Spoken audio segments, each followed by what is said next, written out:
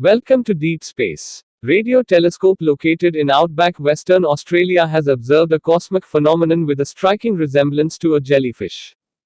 Published today in the Astrophysical Journal, an Australian-Italian team used the Murchison Wide Field Array (MWA) telescope to observe a cluster of galaxies known as Abell 2877.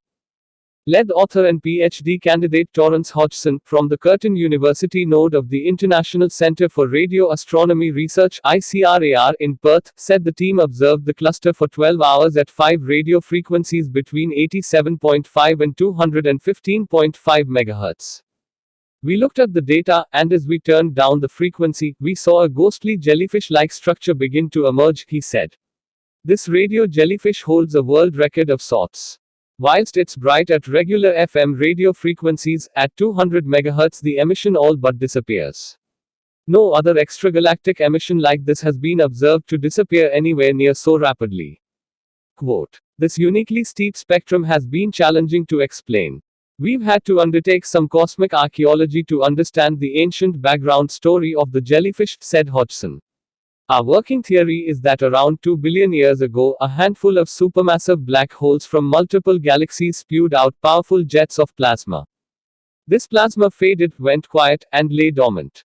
Then quite recently, two things happened. The plasma started mixing at the same time as very gentle shock waves passed through the system. This has briefly reignited the plasma, lighting up the jellyfish and its tentacles for us to see. Quote, the jellyfish is over a third of the moon's diameter when observed from Earth, but can only be seen with low-frequency radio telescopes.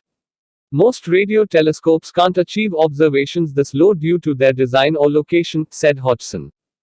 The MWA, a precursor to the Square Kilometre Array (SKA), is located at CSIRO's Murchison Radio Astronomy Observatory in remote Western Australia.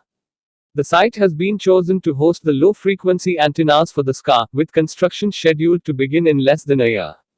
Professor Johnston Hollett, Mr. Hodgson's supervisor and co-author, said the SKA will give us an unparalleled view of the low-frequency universe. The SKA will be thousands of times more sensitive and have much better resolution than the MWA, so there may be many other mysterious radio jellyfish waiting to be discovered once it's operational. We're about to build an instrument to make a high-resolution, fast frame rate movie of the evolving radio universe. It will show us from the first stars and galaxies through to the present day, she said. Discoveries like the jellyfish only hint at what's to come. It's an exciting time for anyone seeking answers to fundamental questions about the cosmos. Thanks for watching.